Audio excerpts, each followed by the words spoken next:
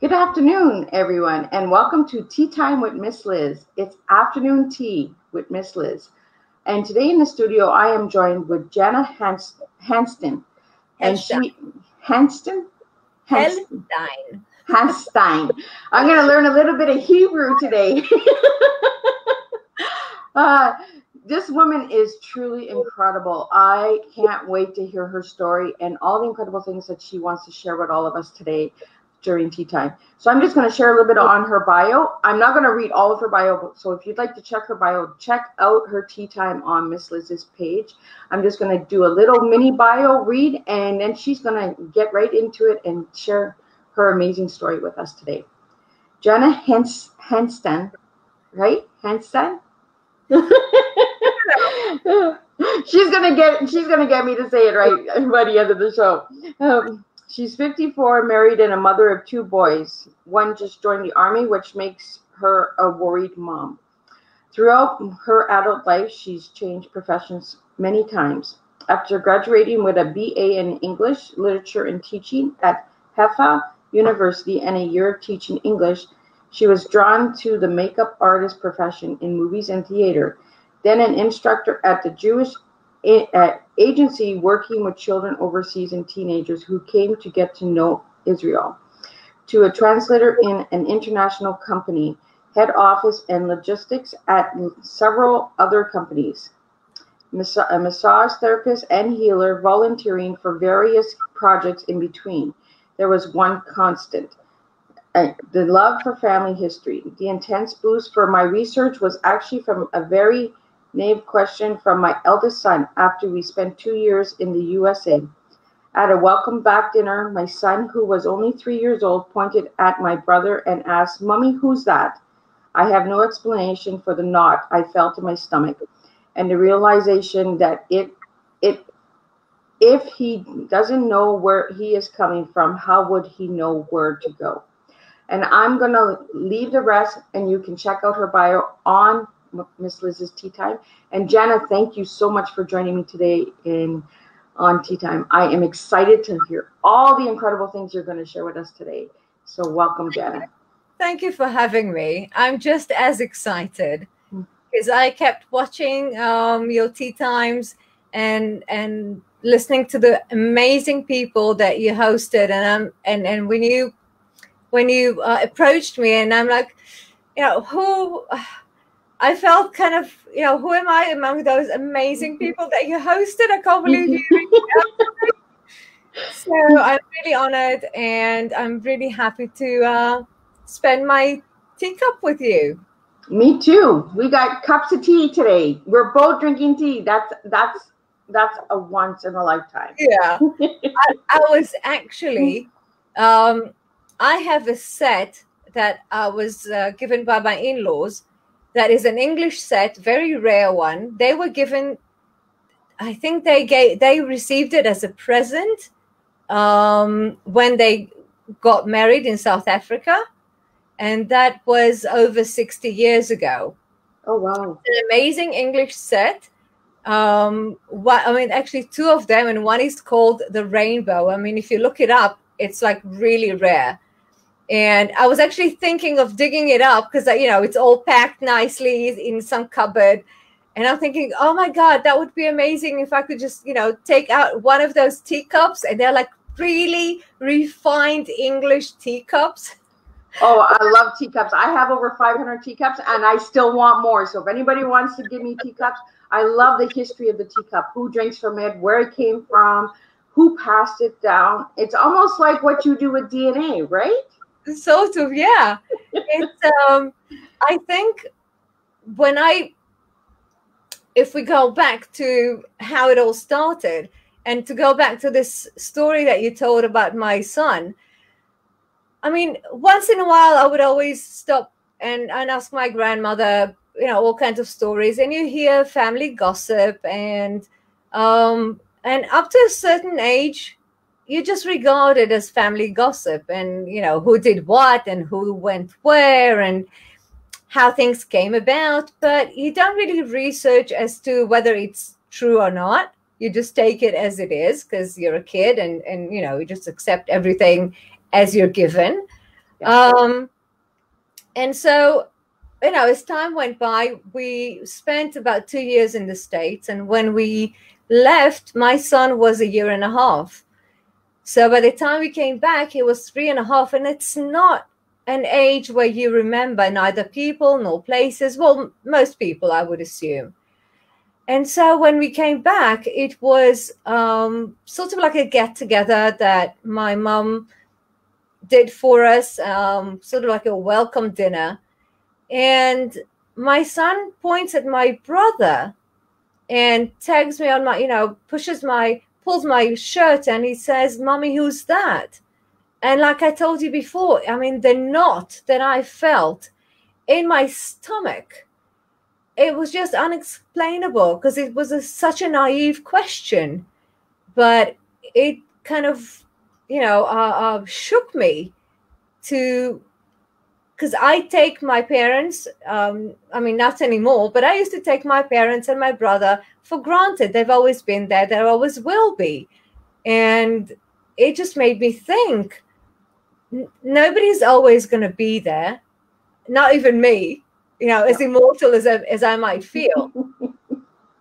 And so the urge of bringing him the stories, and I think it's all about stories. We talk a lot about genealogy, and I mean, doing genealogy is such hard work, and you spend hours and hours looking through documents and looking through papers and gathering photos and trying to find out what came from what and whether one record coincides with the other record. And I think the true genealogists, at least the ones that I admire, realize that it's all about the stories, because that's what we're taking in.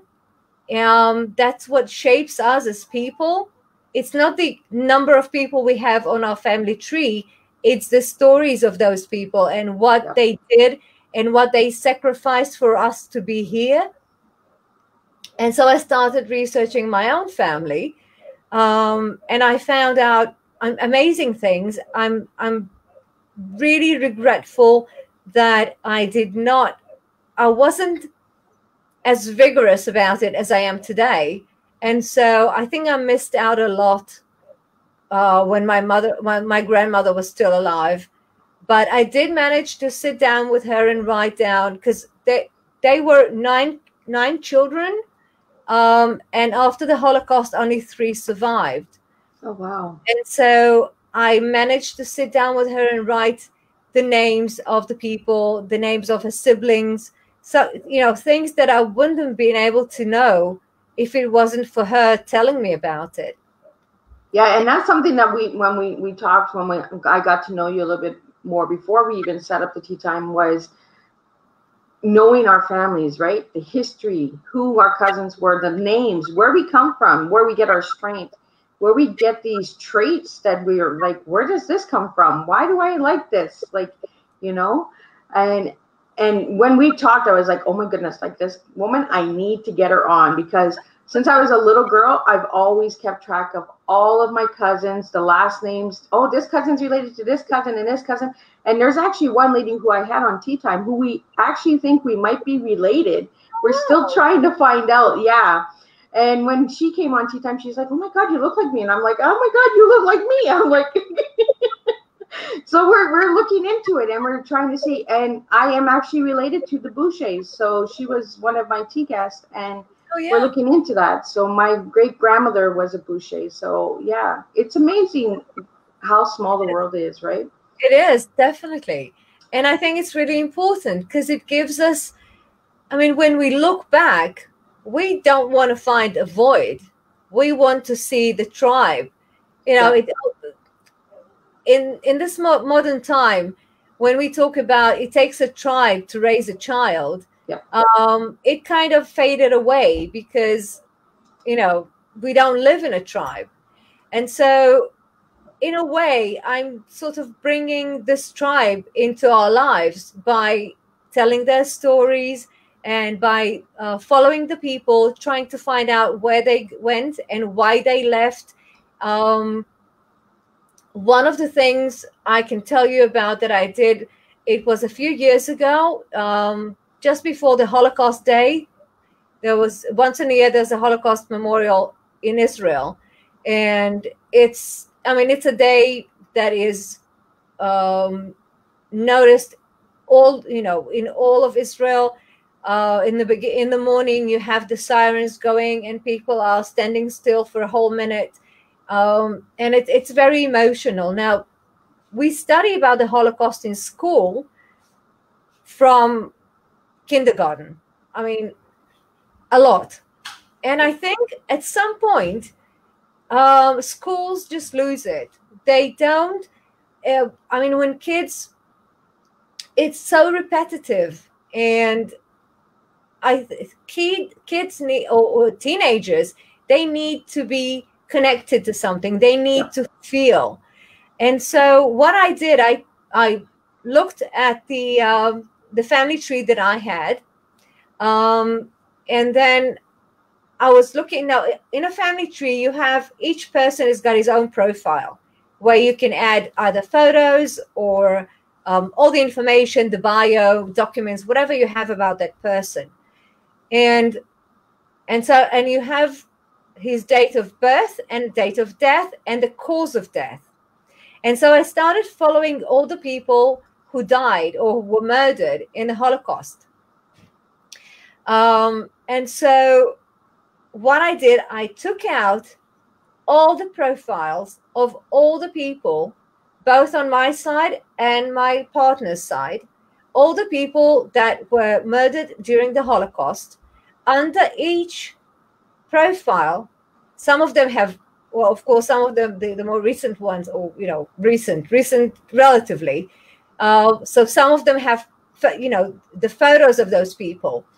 But for each profile, I wrote down both the age, and it's horrific. I mean, ages range from months and a year or 2-year-old, up to 60 and 70-year-olds. So I wrote the age of the person who died, and I wrote the connection, how they connect to my boys, because I actually prepared that presentation for them. Yeah. So each and every person in that presentation, I think I have it on my Facebook, somewhere in the videos of my Facebook page. So each and every person in that presentation, they could see the path that leads from that person, no matter how far or how close he is, all the way down to them, to make it personal, to make it meta. So it's not just we are noticing, we have this Memorial Day, Holocaust Memorial Day for everyone. It's not just something out there that you sit down and watch on, watch Schindler's List on TV, or you hear about the stories of the people that went through the Holocaust. Now it's here, it's close, it's people that you know exactly how they are related to you. And so the presentation has 109 profiles. Wow.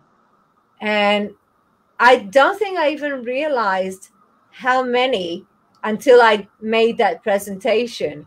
I was taken aback when I saw all these names, and it's like page after page, because I did it on PowerPoint, and it's a page after page after page, and I'm like, oh my God, it's heartbreaking. And so I don't want those profiles just to be profiles on a tree. I want those stories. I want my to know what those people went through, because it's thanks to all those people that we are here today, and I'm able to sit down and drink my cup of tea with you. Exactly, right? Yeah. And it makes us who we are. It's a little branch that has connected us and makes us who we like. It gives us traits and patterns. Sometimes we'll like a certain smell, a certain flower, and we're like, why do we like this flower? And it might have been a great grandmother who loved this flower or had a garden with this flower, And for me, that's what tea time is. Like, for me, I started my first tea with my great grandma. So like I like the history of it. I like the story behind it. I like to know why that person is the way they are. And that's why I truly wanted you on Tea Time, was because you have an amazing story and you are changing lives. Like, you have changed hundreds of people's lives with your work. Like, it is amazing what you do. And I'm truly blessed to have you here. Like, it is amazing. So you have some family members. I've been putting up the comments as they're coming in the studio. So Gallet, we love you. Janna, Ellen, Isaac. Hi, Janna. Your husband's distant cousin in the U.S. is here. Oh. And Ellen again is saying, Antonio Nicholas, please watch this through to put your puzzle together. I'm guessing there's a puzzle somewhere. And we are all puzzle pieces that all join together and connect together. I'd like to know a little bit more on why has it been your passion? And what is it driven, like what drives you to know more?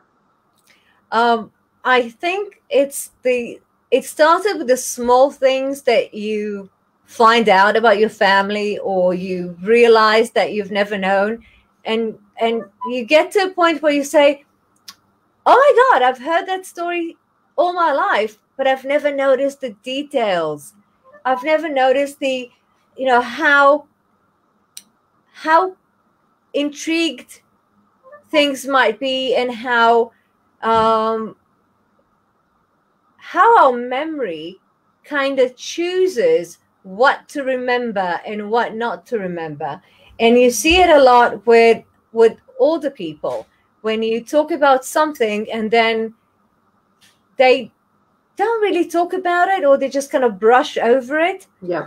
And then you hear a story about the same occurrence, but from somebody else, and you realize how the other person kind of might have been, either blocked, or just because it wasn't a good experience, they kind of, it's like a sift, like a net, that like a fish net, that some of the fish just stay in the sea, and some of them, some of them get away. So it started with, the small things.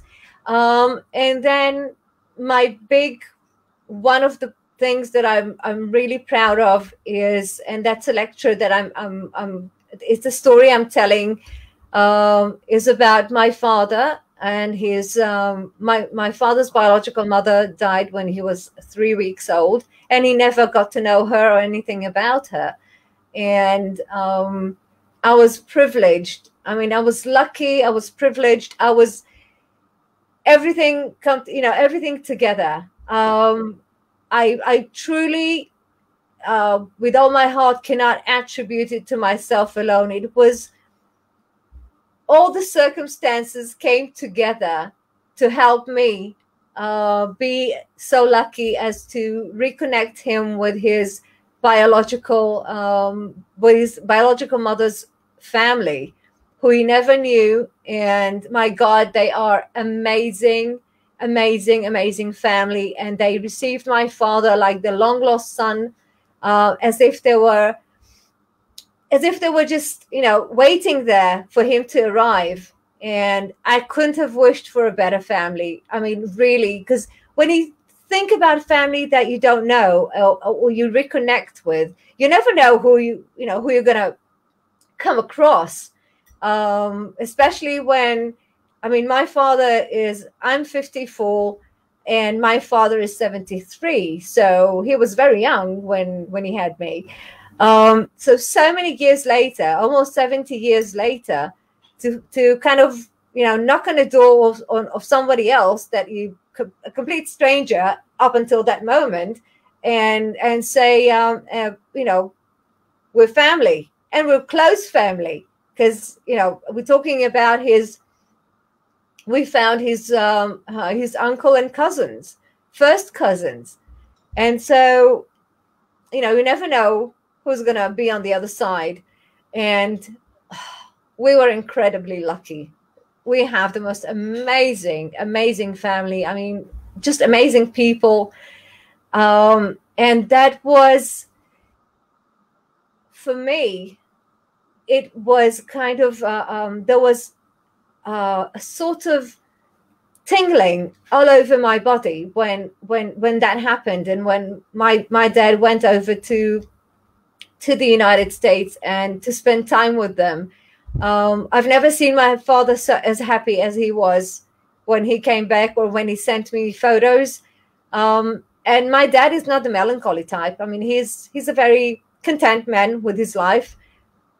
But to see his smile, there was so sort of like radiating his eyes, his smile, and it felt, I don't think that I have enough words in Hebrew, English, Russian, or any other language to describe this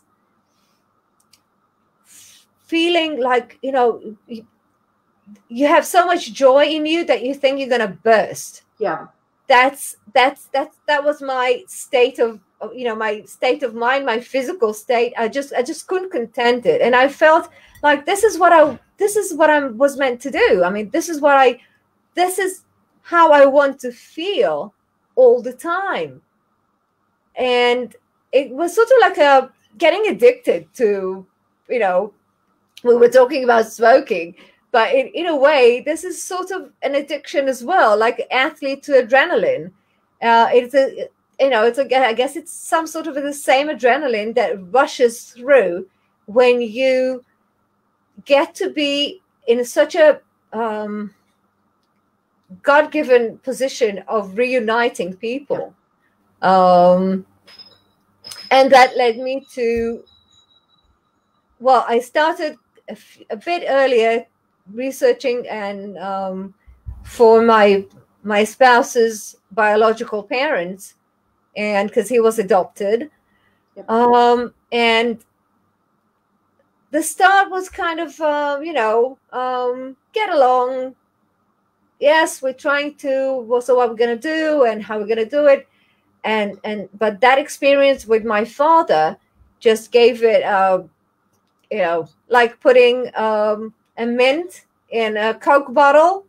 Have you ever seen what happens when you? Oh my goodness, yes. Mentos into a Coke bottle.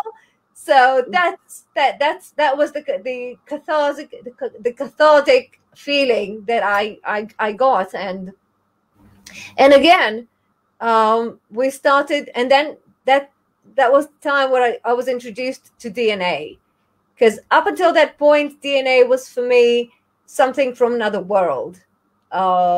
It's expensive, it's out there, out of reach, and by that time, we're talking about 2015 when we started searching. And he was, once he took the first test, that was again coincident, by accident, because he met the founder of FTDNA, just completely out of context, not concerning DNA or nothing. It was just something that a meeting that he had at work, and he happened to be there, and he happened to hear Gilad's story, and he happened to have a DNA kit in his bag, and so it's so many things that came together. And he took his first test, and we started searching. And again, I was the luckiest person in the world, because I was contacted by a third cousin that he had, that found him in his matches. Her name is Katie, and I'm so sorry to say that she passed away last year. So she was the first to contact us. And then again, I struck luck. I mean, I struck gold, because I had two amazing women joining me. One was Therese Byron, and she's Irish, but she lives in Switzerland, and Louise O'Connell, and they both research Irish genealogy, because we found out that my husband was half Irish. Oh wow! Yeah, that explained a lot. A lot. And I'll tell you why in a minute, and you'll see how unbelievable it is. And so those amazing angels were the driving force behind finding his biological, his biological father's family, and reuniting him with his half sister in South Africa. And again, I struck luck again, because she is amazing, amazing. And you talk about riches in the world, and when I look around me, the people that crossed my path and were there as part of my journey, part of our journey, part of any chapter in my life, and I look around and I'm like, oh my God, I must have done something good, because I cannot explain how I'm surrounded with such amazing people that gave me so much. I mean, those two women, they dedicated hours and hours of days and nights to be there for me and to lead the search forward. And I learned so much from them. And from there on, it's been almost 2.5 years. But the 5 years since we started with DNA, a day hasn't gone by without me studying something or reading something about DNA. I just can't have enough. Honestly, I just finished a course with Blaine Battinger on GRIP in Pittsburgh, and I'm starting another one in August, the 18th of August, another 5-week course. And there's so much to learn. And the DNA world is so amazing. I mean, the stuff that can be done today to connect people, to reconnect families, to find people is mind-blowing. It is. It really is. Mind-blowing. And I really feel privileged, because I truly believe that if there's any basic right to anyone, it's especially people, I mean, all people, not especially, all people, is knowing your heritage, knowing where you came from. Yeah. This is like the basic human right. And if I can do that for adoptees, if I can do that for people, I mean, there's a whole thing, well, it's not now, it's been going for a long time. When you talk about people that were born from sperm banks, and people, a lot of the adoptees that I've met, including my own partner, they keep saying, because people like to compare adoptees, especially to, remember Marco, the cartoon, the show, and Marco, who is he looking for? He's looking for his mother. And so many times you hear people comparing adoptees to this Marco looking for his mother. And if one thing I heard my partner say time and time again, stop comparing us to Marco, because we're not looking for a mother and a father. We have a mother and a father that raised us. And, if you're lucky enough, then you have parents that adopted you and love you. I mean, we hear horror stories, and there are horror stories everywhere, whether it's your biological children or your adoptive children or whatever. Yeah. But we're not looking for a mother and a father. We're looking for our roots. Exactly. We're looking to know where we came from. And it's a basic human right that just makes my blood boil when people feel that that they have, and you talk about laws and state, and when you think about it and you look at all the laws and who is in the world entitled to prevent those people, to take away this basic human right of knowing where you came from. Exactly. I think that we've watched hundreds and hundreds of interviews of adoptees at the time that we were, my husband was part of the adoption rights movement in Israel. And at the time, we were viewing hundreds of interviews, and one of them stuck with me. And I think that she captured the essence of that feeling. It wasn't, it was a, I think she was in her 20s, and she was talking to her adoptive parents, because they had a program about her searching for her roots and why is she searching. And they had sort of like a taped conversation. And she looked at them with the most loving eyes and said, "You are my parents, but your ancestors are not my ancestors." Exactly. And that stuck with me. That I thought that was so simple and so profound, because I think that captures the essence of people that are searching for their roots, whether they're adopted or sperm banks or egg donors or whatever. When people don't know where they came from, it's a void that nothing but that information of where they came from can fulfill. Yeah. And so I feel that, I feel so privileged to be in this world. Yeah. And I told you that I'm going to tell you something about Ireland. So way, way, way before we even thought about starting to look for his biological parents, my husband needed to clear his head. And I'm talking like about 10 years before this whole search began. And he said, well, fine, where do you think you'll be going? And he said, well, Ireland. I said, fine. So he grabbed his guitar and he went to Ireland for a few days. I think he spent there like 5 or 6 days maybe. And going to pubs.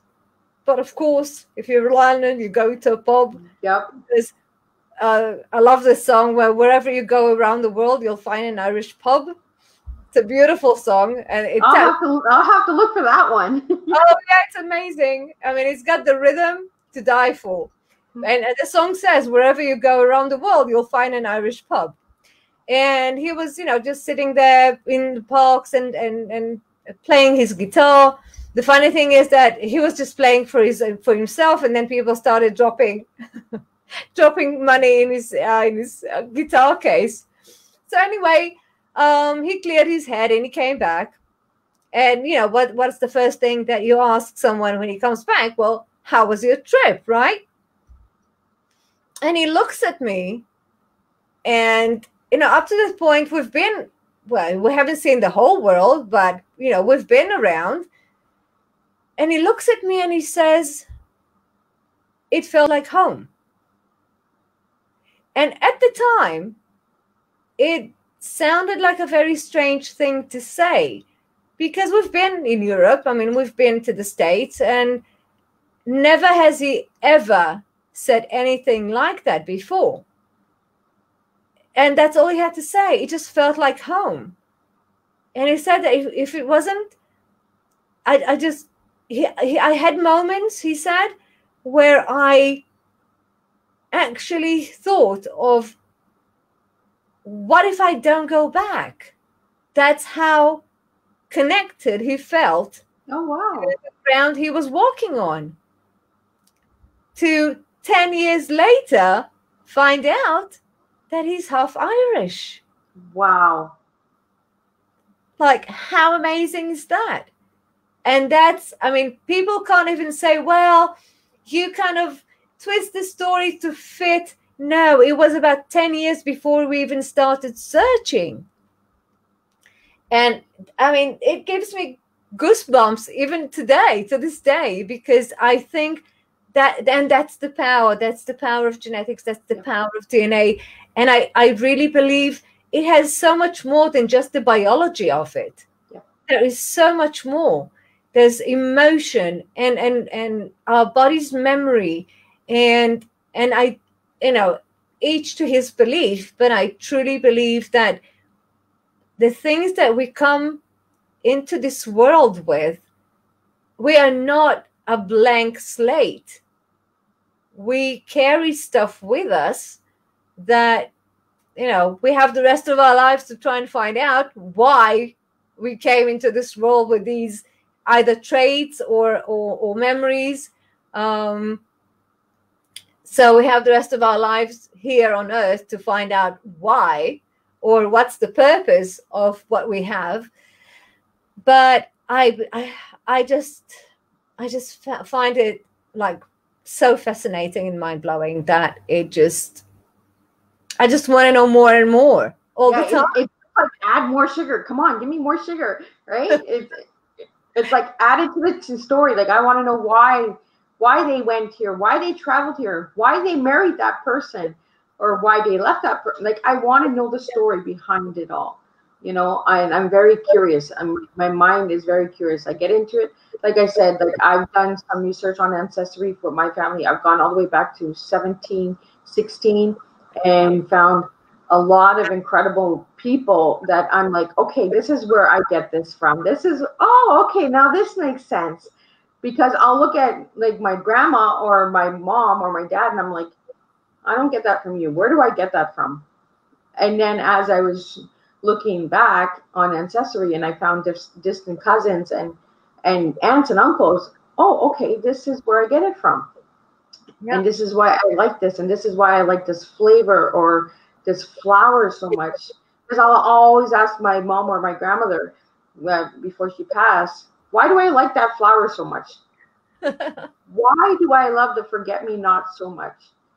None of you guys have gardens. None of you guys like flowers, but I love this forget-me-not. And my great-great-grandmother 4 times over had a forget-me-not garden. And I found pictures, I found pictures of my great-great-grandparents in Germany, the cells that they were put into during the war and all that. I've done a lot of digging, and that's why I said, like, when Gally gave me your name to reach out to you, I was like, oh my God, I need this woman on Tea Time. Like, I need to know more. It was like, I need more. Give me more. It's truly amazing, and the way things kind of weave in, like if I go towards his biological mother, right? Both her and his biological father were in a theater. His mother was very musical, and my husband is a musician. And if we found out that his grandfather, and that's not that far, a grandfather, he won the bronze medal in boxing in the 1928 Olympics in Amsterdam. Oh, wow. And I got his aunt, well, of course, we got in touch with his aunt, and he went to Canada to visit them. And she sent me all this material and all, his photos and his medals. And that was so exciting. And it's something that, the Olympics, it's something that you know about. And now you have somebody in the history of your family that was there. And it's fascinating. I really, when there's a site where they have all the Jewish Olympics medalists listed on there, and we realized that he wasn't there, and I was so happy that I contacted them and I sent them all the material, and now he's cited on that site, and not that he will be forgotten, but now he's there with all the other medalists and Jewish important people. So that was really exciting when they accepted his material, and he's on that site. So that was very, very exciting. And so you see how his mother was in theater, his biological father was in theater. He is an amazing performer. He's a musician. His mother was musical. And I started telling you about the song that he wrote right after we found who his biological mother was, and we started researching her family, and we reconnected with family, and we're all over the place. We have Alan that you told me that is here, and I think I've seen Alison as well, and she's a cousin from England. And I think I've seen Siobhan as well, so she's his half sibling from South Africa. I've seen my family from Boston, and it's all, it's all coming together, and it's heartwarming.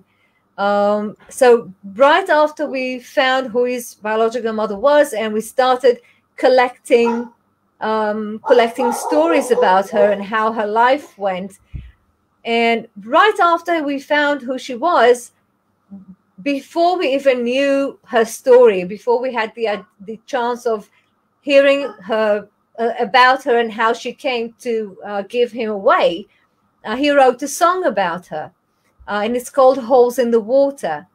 Amazing. I really recommend, if you go on YouTube and you click on Holes in the Water by Pure Imbalance, and he literally tells her story without knowing anything about her story. Wow. And it wasn't after we learned how about her life and what she went through and the environment she grew up in, and I looked at him and I was like, how could you have known? How could you have known? Yeah. And the only way he could explain it was, I felt her. He knew about growing up in South Africa and what that meant. And still, there's no way, when you hear the words and you hear how he sings about her, and then you hear about his story, and he said there's no way the man could have written this song without knowing what life his mother had, or what, without knowing her story. Yeah. So I guess, and again, I mean, some things I truly believe they just kind of sip into us and become part of us, and it's thanks to all these people that came before us. And from somebody that was just a profile on a tree, I can pick up the phone and call my dad's cousins in Boston, and be, every time I press the WhatsApp video, what I see on the other side is this smiling face, really happy to see me. So we truly, on both sides, both my own with my father's family, and both on Gilad's side, on my husband's side, both his biological mother and biological father, we are truly blessed, because so many things could have gone wrong. Yeah. And not everybody wants to meet family too, right? We have those stories too that people are like, you know what, I don't want to know you. I don't want to. It is what it is, and let it rest. But then you have these happy, good stories like your story, and where people want to get to know you, where people want to know more, and try to understand why they connect for a reason, and that's what we need. We need these positive stories out there, because it's all about people. Yeah, I guess it's all down to each and every one, and us just being very lucky that all the people that came around us were just amazing. Because like I said, I keep thinking of how many small things had to come together in order to enable us connect his family and my family, and how many things could have gone wrong in between. Mm-hmm. So you talk about not taking things for granted. And when you deal with DNA, when you deal with genealogy, when you are so much involved in people's stories and lives, you come to appreciate every single thing that's around you. Yeah. Nothing is taken for granted. No, you're close, not the people that are close to you, neither the people that are distant from you. Nothing around you is taken for granted because, just to be born, how many things could have gone wrong? Exactly, right? So on your website here that I found, I'm going to add it on. This is the website that you have your blogs and videos on, I believe, right? Yeah, I think, disregard because the translation is not as good. But if I could just say a couple of things about this site and the platform that this site is presented on. And that's in a way, you talk about family, and we have our own family. By the way, we do have, each of us has 2 trees. We have our genealogical tree and we have our genetic tree. And they're not the same. I mean, everyone who's in your genetic tree, you will find in your genealogical tree, but not the other way around, because genetics goes by DNA. And there's another family. There's the family that you build around you, and your friends and your colleagues, and some of them become really close and supportive. So this is something that I really am proud to say about the platform where my site is on. It's called Biz Make Biz, and it's a platform for small businesses to present themselves. We are now presented through the site with a platform for Zoom meetings and for lectures and workshops, and we actually put out a program of 210 lectures of all kinds, from all walks of life, people that just are giving those lectures without pay, and just giving their knowledge and their time, realizing that these coronavirus times hard on all of us. Mm-hmm. And I'm really, really proud to be part of that. Something that started as being just one of many on a business platform. Yep. And through this period, and the founder, he's called Moshe Charlovsky, and he managed to take all these small businesses, and uplift us and make us a family. And I'm really proud to be one of those businesses. And it's, again, not taken for granted, because it's amazing what is done. And so you can find stuff on me on that site. And I have my Facebook page. That is, again, unfortunately, most of it is in Hebrew. And here's why. When I started with DNA, I realized that little, close to none, was available in Hebrew. And there's a huge genealogical, community, and the genetic genealogy community is growing. And language and English, sometimes people can have a language barrier. And so I figured, I have the knowledge, I have the ability to translate. And so that's how I started, little by little. Started with videos that you can find on YouTube, that is called DNA at Eye Level. And there's videos in Hebrew, and then translating. I was, again, very lucky to have known people that are at the top of the DNA world today, and they agreed for me to translate articles that they wrote. That's my Facebook page, where I bring in information, the latest sales, information, changes in the DNA, the different companies. And so I was very lucky to have known some of the really outstanding people in the DNA world, and they enable me, they give me permission to translate a lot of the stuff that they write about, and I'm able to bring that in Hebrew. And so that is why most of the stuff you'll find in Hebrew.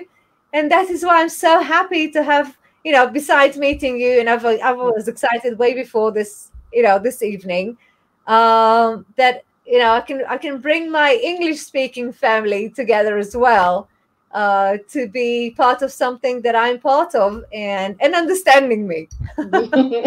Well, and everything happens for a reason, right? There's a perfect timing for everything. I believe that. So, Janna, what last message would you have for everybody out there about DNA and about the journey? What message do you have for everybody? I think, above all, never give up. It's never a dead end. It might take time. It usually takes time. Yeah, you'll find occasionally somebody who'll post on one of my favorite Facebook pages, genetic genealogy tips and techniques. Somebody who says, yeah, I did my DNA test, and within 24 hours, he found his biological parents. Yeah, those happen. Having said that, it doesn't happen often, and it doesn't happen to everybody. So keep searching. Never give up. It's never a dead end. If you feel like you're staring at a brick wall, shift to one side or the other side and try and look at it from a different angle. You might see something different. Wait a bit. Patience. I've learned patience. I am here and now. I need results here and now. And DNA taught me patience. And so sometimes you just need to sit back and not do anything. I mean, keep searching, you know, here and there, but you have to give time its course. And sometimes you'll find that the right person took the right DNA test, and you'll get your answer. Just never give up. That's, if there's one thing I need to say, that's it. Never give up. I love that. I love that. Never give up. And that's exactly what I posted on my timeline before the show started, is I'm never giving up. So there's a reason that it was meant to be in tea time today. We have a question for you from Ellen. She wants to know what the name of that song was. I'm guessing the song you're talking about your husband wrote. Okay, it's called Holes in the Water. So, Ellen, it's Holes in the Water, and I believe it's on YouTube, right, Janna? Yep, and it's by Pure. I mean, you'll find the band is Pure Imbalance. But if you write Holes in the Water, Pure Imbalance, that you'll get it. Awesome. Together with some other amazing songs that he wrote. Yeah, I'm going to be checking that out. Like, I found one last night, like I said before tea time started, and I was like, oh my goodness, this is such a gorgeous song.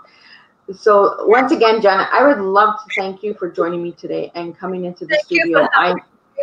I know it's really late over there. It's getting late, and here it's afternoon in Canada. But I just love how this time has brought people together, you know, during this pandemic, and giving me this chance to open this platform up to amazing people like you out there. Thank you so much. So I'm going to close the tea time unless you have another message you'd like to share with everybody, and then we're going to close it up with what Miss Liz is all about, and I will have a new guest for you next week on Wednesday. So Janna, final words, and then we're going to close tea time up. I'm just truly grateful for all the people that have been part of my journey, and just thank you. I might not be able to call you and tell you, you know, time and again how much I appreciate it. Therese Byron and Louise O'Connell, I'll be forever grateful. Siobhan for being such an amazing person, and my father's family in Boston. Michael and Neely and Boris and Barry and Alex. And I just love you. I just love you so much. And I feel so, so lucky. So thank you. And Liz, thank you so much for having me. I had a wonderful time. And well, it's not our last talk, so I'm not. No. We're just beginning this journey. Yeah, I'm not saying goodbye. So thank you again, Janna, for joining. And thank you to all the viewers and supporters out there. If you'd like to know more on Miss Liz's Tea Time, check out my Facebook page, Miss Liz's Tea Times, making a difference, one cup of tea at a time. And we have a final comment from, and I'm going to post it. We love you too, Janna. So. Oh, and I have another one. We have love you, Janna, again. And so we have lots of love coming your way, Janna. So again, thank you for joining me. And don't leave the studio. I will talk to you after we close this up. But I'm just going to end tea time with what Miss Liz is all about. So we're just going to slide to the side, and you can stay with me for a bit. I'm just going to make sure I got this all set up right. And we're going to get this going.